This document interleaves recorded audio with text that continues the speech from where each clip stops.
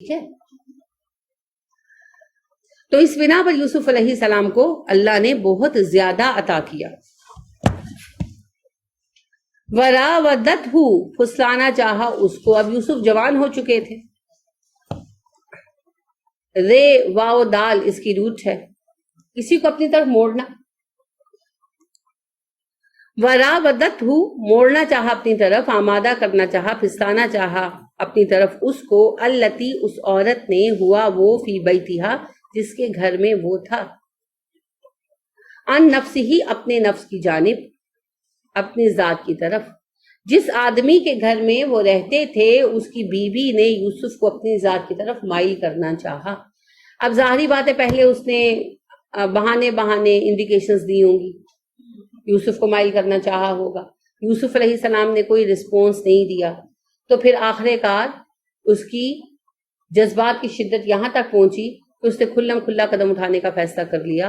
اور ایک ایسے موقع پر جب اس کا شوہر عزیز مصر گھر پر نہیں تھا، اس نے یوسف علیہ السلام کو وضاحت کے ساتھ اپنی طرف مائل کیا. کسی بہانے سے کمرے میں لے گئی اور کمرے کا دروازہ بند کیا اور یوسف کو کہا کہ میرے ساتھ فزیکل ریلیشن قائم کرو.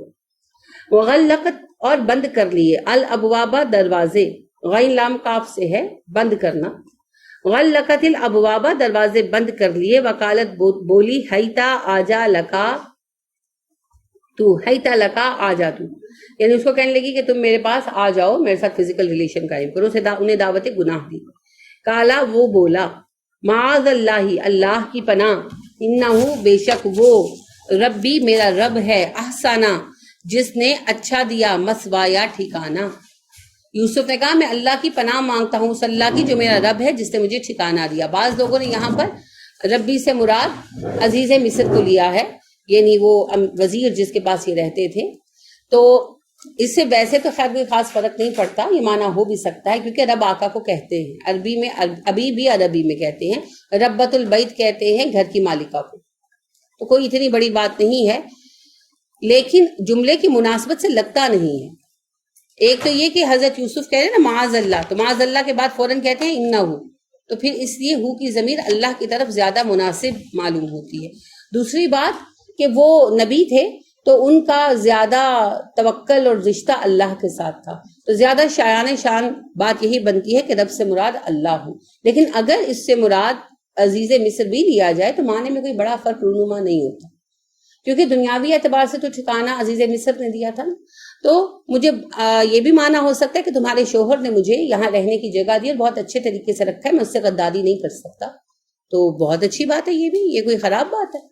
اور دوسرا اس کا معنی جو زیادہ اعلیٰ ہے اور زیادہ وسیع ہے کہ میرا رب اللہ، اس نے مجھے جگہ دی، ٹھکانہ دیا اور عزت دی. یہاں پر یعنی غلام بنا کر بھی تو رکھا جا سکتا تھا، گھر کے چھوٹے چھوٹے کام کرتے رہتے، کسی کے پیر دبا دیں، کسی کے کپڑے دھو رہے، یہ بھی تو اللہ میرے ساتھ کر سکتا تھا. اللہ نے ایسی محبت ڈال دی وزیر کے دل میں میری کہ اس نے مجھے اپنے بیٹے کی طرح پرورش کیا اور بیٹے کی طرح رکھا اور مجھے معزز بنا دیا.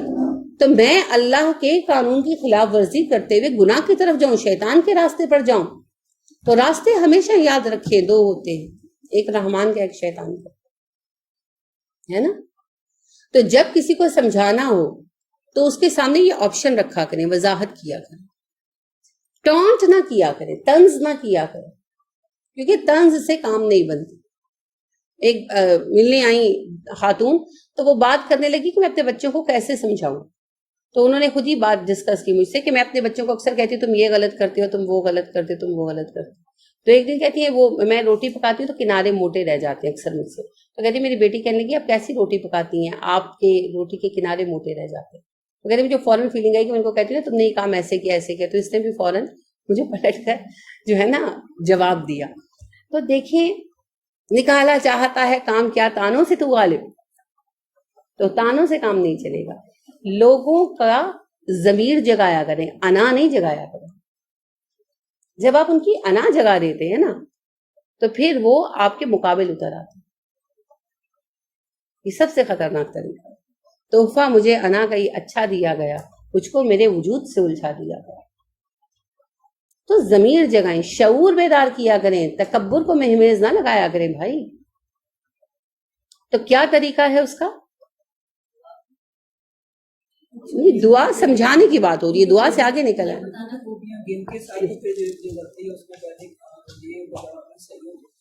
یہ بھی بہت اچھا طریقہ، اس کو ہم پہلے بھی ڈسکس کر چکے ہیں. یہاں آپ دیکھیں، آپ ان کے سامنے بتائیں، آپشن رکھیں، دیکھو بیٹے یہ راستہ رب کا اور یہ راستہ شیطان کا.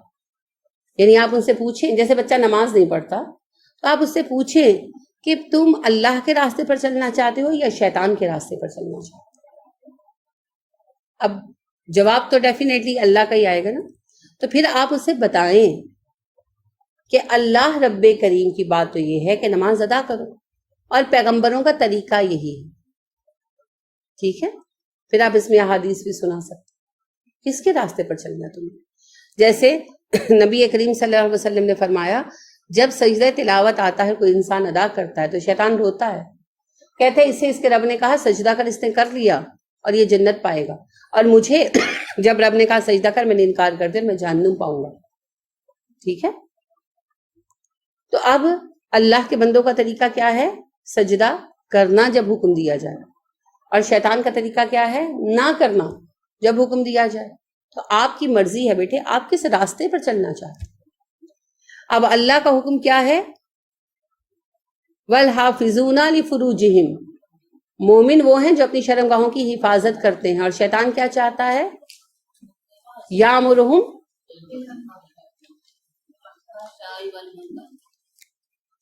یامرہم بالفحشاء، وہ تمہیں حکم دیتا ہے بے حیائی کے کاموں. ٹھیک ہے، تو شیطان کیا چاہتا ہے؟ فواحش عام کرنا. تو جب ہم اپنی سلیکشن اس طرح کرتے ہیں نا چیزوں کی، اللہ کو کیا پسند ہے، اللہ کا راستہ کون سا ہے، شیطان کو کیا پسند ہے، شیطان کا راستہ کون سا ہے، تو پھر ہماری سلیکشن بڑی واضح ہو جاتی ہے ہر چیز. تو ان کے سامنے چوائس رکھیں اور ان کی سمجھ اور سینس کلیئر کریں. چیلنج مت رکھا کریں ان کے سامنے، اس میں پھر وہ آپ سے اوفینسو ہو جاتے ہیں، چڑ جاتے ہیں، آپ سے دوری اختیار کرنے لگتے ہیں. ٹھیک ہے، تو انہیں اللہ کی محبت پیدا کرتے ہوئے اللہ کے قریب لانے کے لیے اللہ کی پسند کے کام کرنے کی ترغیب دلائیں. جیسا کہ یوسف علیہ السلام میں یہ چیز یعقوب علیہ السلام پیدا کر چکے تھے بچپن سے، نبی تھے نا، انہوں نے وہ تربیت کی تھی. لہٰذا آپ دیکھیے کہ ان کے بڑے بیٹے بھی جب گناہ کا یہ کام کر رہے تھے تو ساتھ ساتھ لگے ہوئے تھے، ہم ایک ہی گناہ کر لیں پھر دوبارہ گناہ نہیں کریں گے. اور اگر آپ غور فرمائیں تو اس ایک فراڈ کے جو انہوں نے طویل عرصے تک جاری رکھا، انہوں نے اور کچھ کیا بھی نہیں.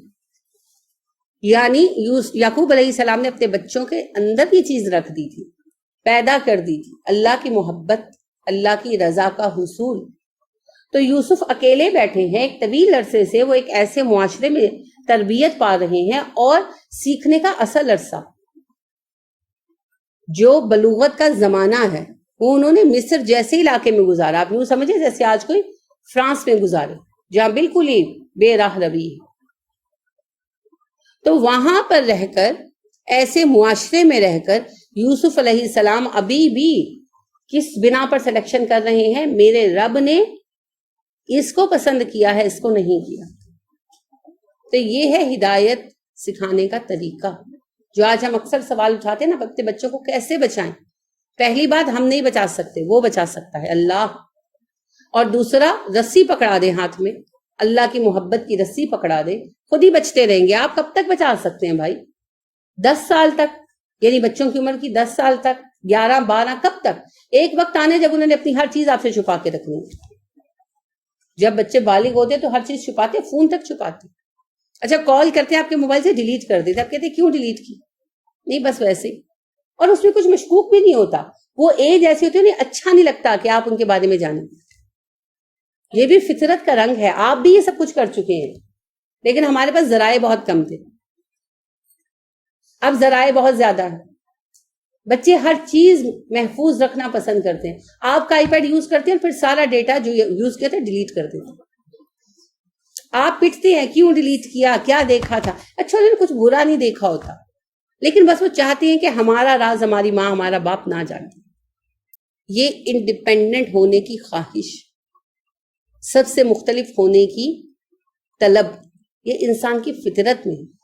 اب اس ایج میں جب بچہ آ گیا، آپ اس کی کیسے حفاظت کر سکتے؟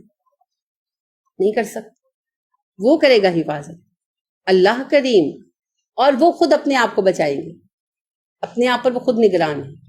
شرط یہ ہے جوڑ دیں، تعلق پیدا کر دیں، انہیں ایک دفعہ دل میں یہ بات بٹھا دیں، رب راضی کرنا ہے تو رب کے راستے پر چلو، رب کے راستے پر نہیں چلو گے رب ناراض ہو جائے گا۔ اب یہ پہچان ہو گئی، وہ خود ہی اپنا راستہ چنتے رہیں گے، آپ کی مدد کی ضرورت نہیں رہے گی، فزیکل مدد کی، دعائیں تو ساری عمر چاہیں۔ تو اسی چیز نے، تربیت کے اسی اصول نے یوسف علیہ السلام کو اس مشکل وقت میں بھی بچا لی،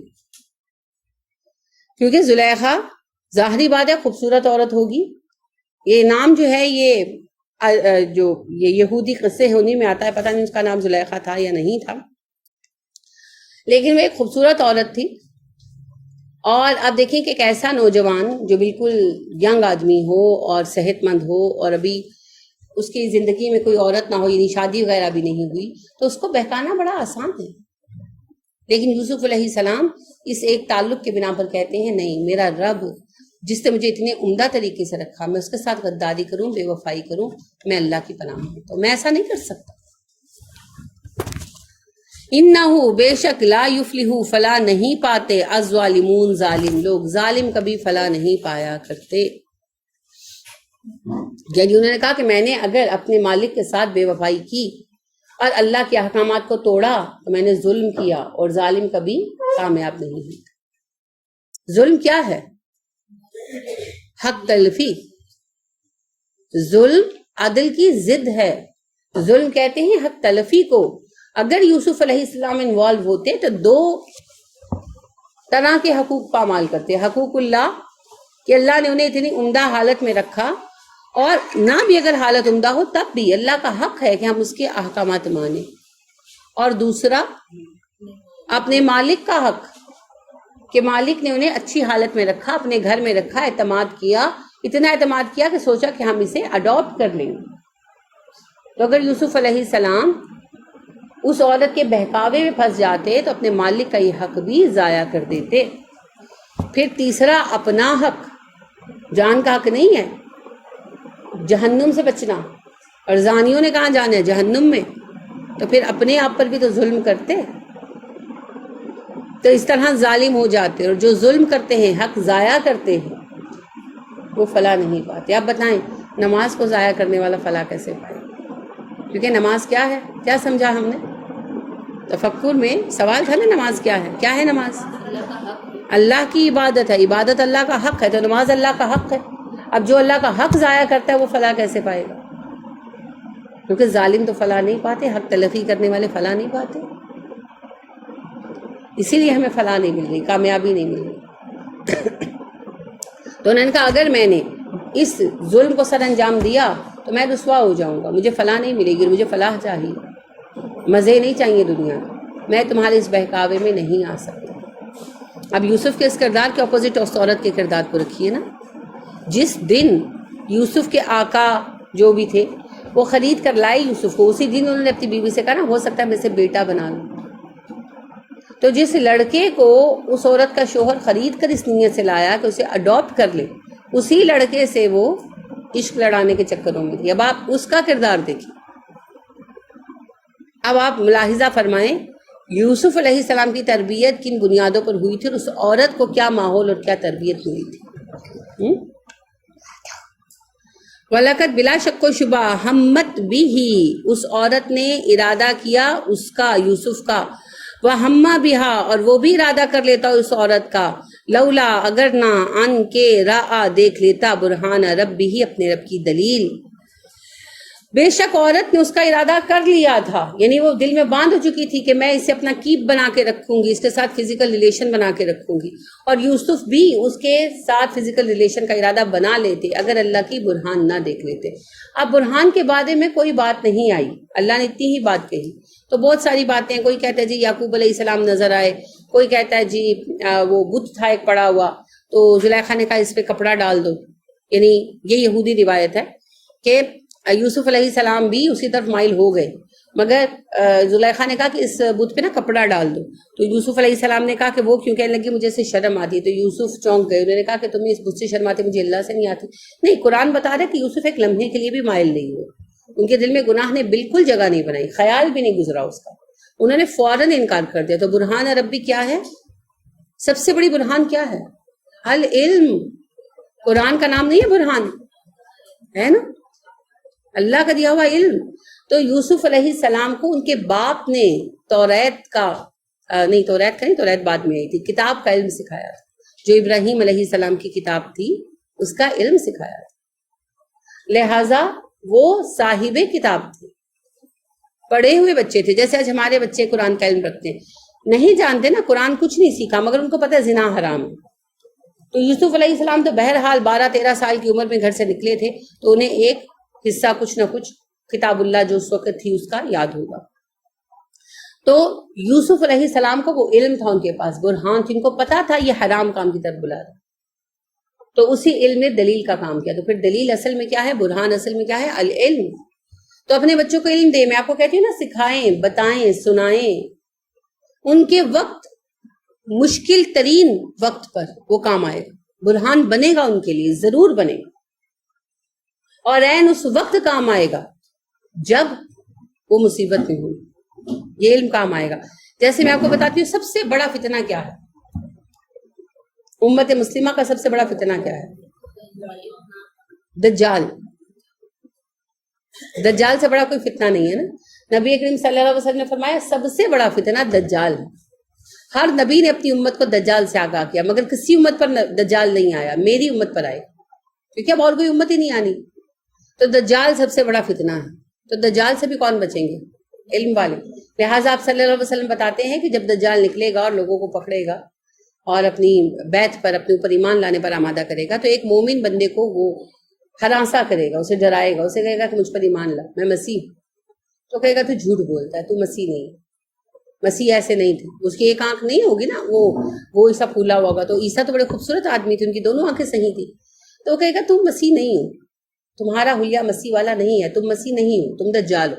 تو وہ بہت بحث کرے گا اس بندے کے ساتھ، وہ بندہ نہیں مانے گا، تو وہ کہے گا کہ اب دیکھ میں تیرے ساتھ کیا کرتا ہوں، تو وہ اسے مار دے گا اور مرنے کے بعد زندہ کر کے اٹھائے گا۔ اب یہ مرنا زندہ کر کے اٹھانا کس قسم کا ہوگا، نظر بندی ہے کیا ہے، یہ تو اللہ ہی بہتر جانتے ہیں، لیکن بہرحال لوگوں کی نظروں میں وہ مر جائے گا اور پھر وہ اسے زندہ کر کے اٹھائے گا۔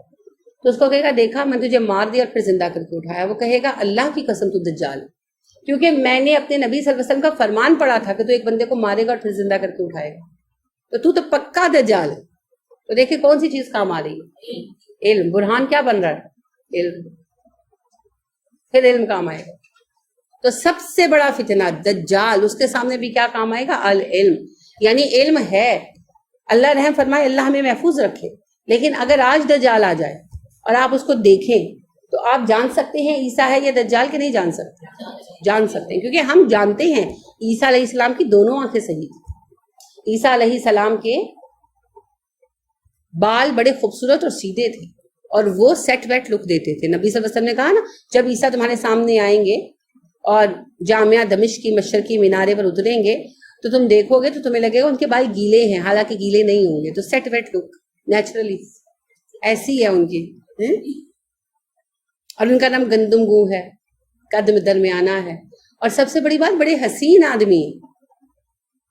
تو اللہ کے نبی صلی اللہ علیہ وسلم نے اس کی آنکھ کو خاص نشانی بنایا۔ آپ نے کہا ایک وقت آئے گا جب دجال دعویٰ کرے گا، پہلے دعویٰ کرے گا میں مسیح ہوں، پھر دعویٰ کرے گا میں رب ہوں، یعنی وہ مسیح کی بنا پر نا، مسیح کو آپ کو پتا ہے عیسائی خدا کا بیٹا مانتے ہیں، اسی بنا پر وہ کہے گا کہ میں تو خدا ہوں، خدا کا بیٹا ہوں، خدا ہوں۔ تو اللہ کے نبی صلی اللہ علیہ وسلم نے فرمایا دھوکے میں مت آنا، تمہارا خدا کانا نہیں ہے، ٹھیک ہے نا۔ تو ایک عام بھی بندہ دیکھے گا اور جان لے گا جس سے تھوڑا سا علم لیا ہے، زیادہ علم نہیں ہمیں، لیکن ہم اتنا جانتے ہیں کہ عیسیٰ علیہ السلام کانے نہیں تھے، تو اسی سے ہم جان جائیں گے یہ جھوٹا ہے، صحیح۔ تو کون سی چیز بچا رہی ہے؟ علم۔ برہان کیا ہے؟ العلم۔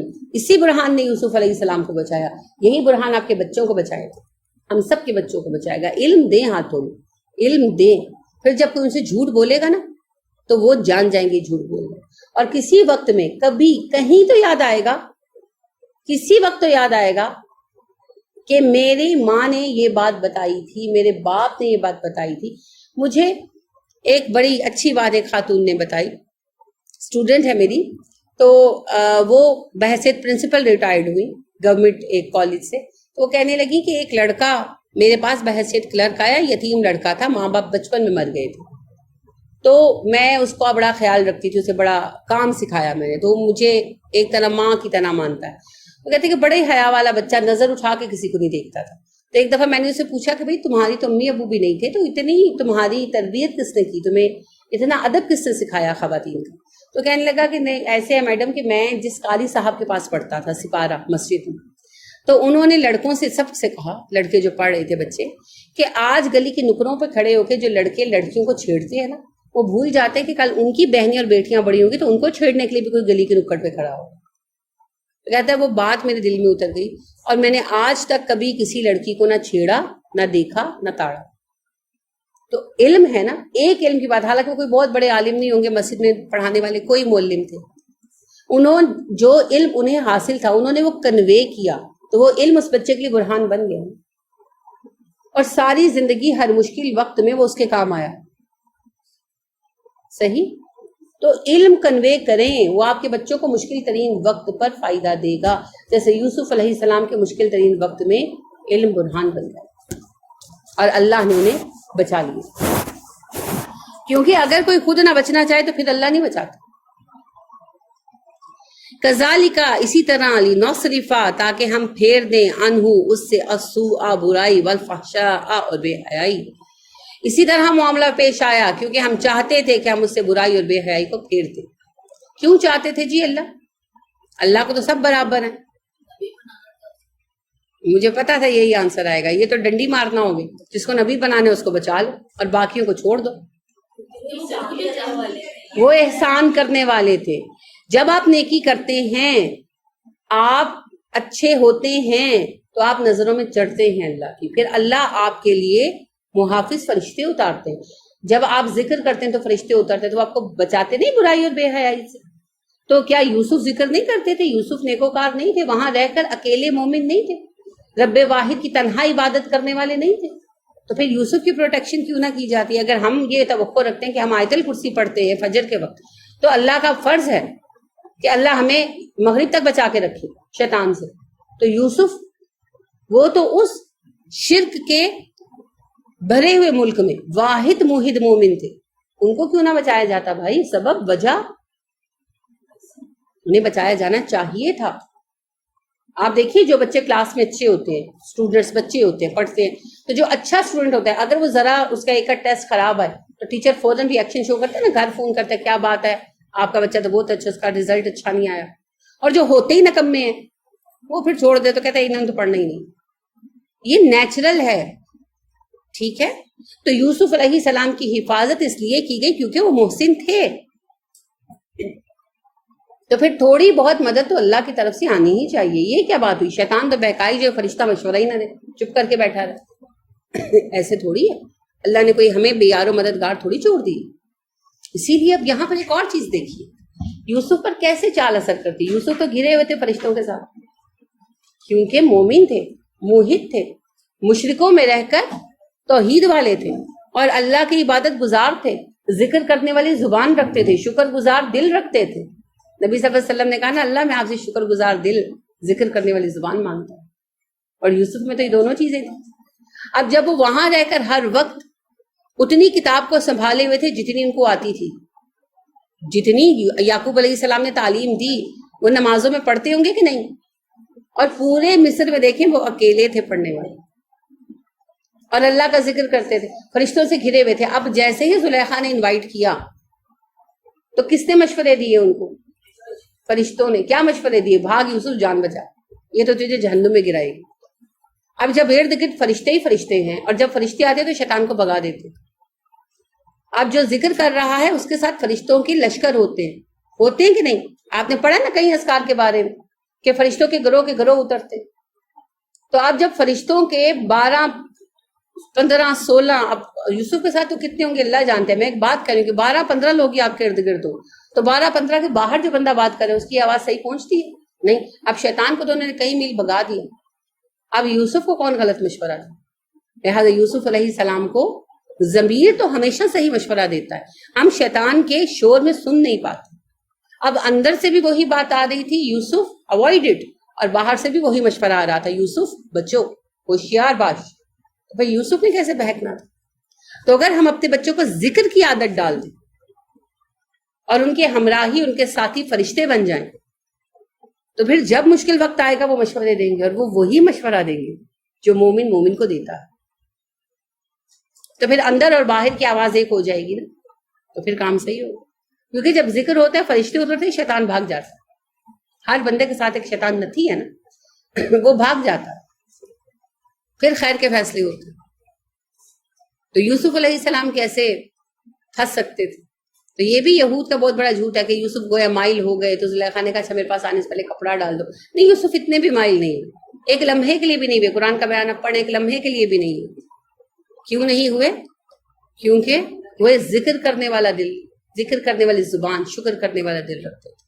ان کے ہمراہی نیک فرشتے تھے جنہوں نے انہیں بہترین مشورے دیے تھے۔ تو اب یہ دیکھیں تربیت کے اصول آ رہے ہیں جو آپ مجھ سے بار بار پوچھتے ہیں، بچوں کی تربیت کیسے کریں؟ ایسے کریں، انہیں تنہا نہ رہنے دیں، ان کو تنہا نہ رہنے دیں، ان کے ساتھ بہترین ساتھی جوڑ دیں۔ اولئک حسن رفیقا، بہترین ساتھی جوڑ دیں ان کے ساتھ، اور اس کا بہت آسان طریقہ ہے، انہیں ذکر کی عادت ڈال دیں۔ وہ تنہا نہیں ہوں گے، بہترین مشورہ دینے والی ٹیم ساتھ ہوگی، اور انسان وہی کرتا ہے جیسے اس کے مشیر ہوتے ہیں۔ ان کے مشیر ہم تھے، ہمارے مشیر تم۔ حضرت علی کی بات ہے نا، یاد ہے نا؟ تو جیسے مشیر ہوتے ہیں ویسے کام ہوتے ہیں۔ تو ان کے مشیر بدل دے بس، اور یہ بہت مشکل نہیں، بہت آسان۔ خالی آپ، جو میں نے آپ کو لا الہ الا اللہ وحدہ لا شریک لہ لہ الملک ولہ الحمد یحیی ویمیت وہو علی کل شیء قدیر، فجر اور مغرب کی نماز کے بعد سلام پھیر کر تشہد کے انداز میں بیٹھے ہوئے بغیر کسی سے بات کی 10 مرتبہ پڑھنے کا بتایا، اگر آپ اسی پر وداع مت بچوں کو کرا دیں، مستقل کرا دیں، تو شیطان سے محفوظ رکھے جائیں گے، اسی میں بچ جائیں گے۔ تو ذکر کو ان کی عادت بنا دو۔ پھر دیکھیں،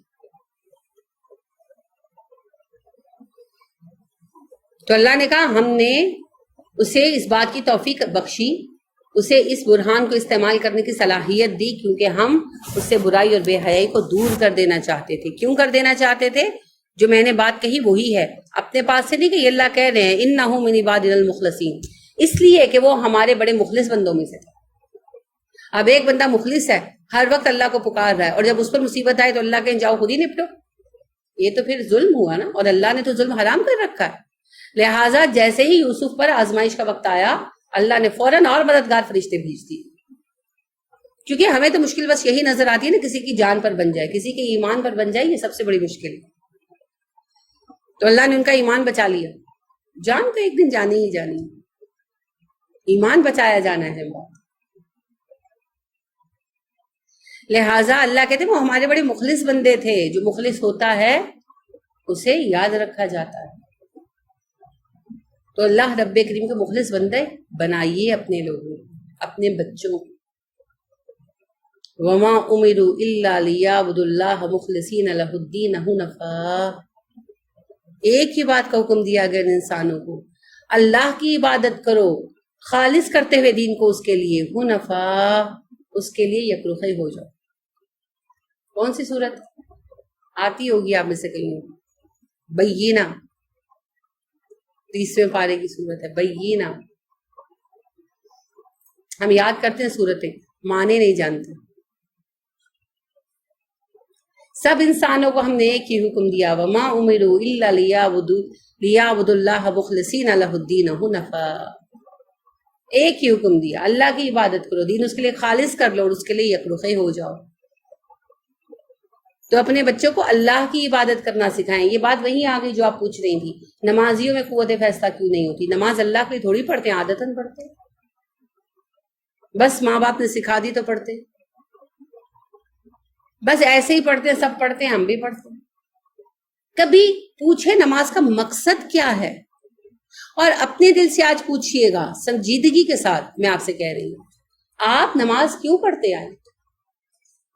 ہم میں سے بہت سارے بلا مقصد نماز پڑھتے، تو پھر خلوص تو نہ آیا نا. خلوص تو ہوتا ہے کسی کے ساتھ جڑ جانے سے، کسی کے لیے مخلص ہو جانے سے. تو اللہ کے لیے خالص بندگی. اور یوسف علیہ السلام جب اپنے اصل سے کٹ کر مصر میں آ گئے تب بھی اللہ کے ساتھ جڑے رہے، اسی کے بندے بنے رہے. یہ ہے خالص کون. تو چونکہ وہ اتنے سارے لوگوں میں خالصتاً اللہ کے بندے تھے تو پھر اللہ کریم نے بوقت مشکل انہیں بچایا. جس کے وہ مخلص ہیں وہ بھول جائے گا، تو اللہ کے لیے خالص ہو جائے. یہ خالص ہونا مشکل ہے مگر اس کے فائدے بہت ہیں. ایک کے بن جائیں نا، ایک کے بن جائیں. ان الحیاتی والمماتی والصلاتی ونسکی للہ رب العالمین. کہہ دو میری زندگی، میری موت، میری نماز، میری قربانی سب اللہ کے لیے ہے جو جہانوں کا رب ہے. تو خلوص، اللہ صرف خلوص کے ساتھ کیے گئے اعمال قبول کرتے ہیں. تو یوسف علیہ السلام کا یہ خلوص، اللہ کے ساتھ جڑا ہوا ہونا، وہ سبب تھا جس کے لیے اللہ نے انہیں بروقت بچایا.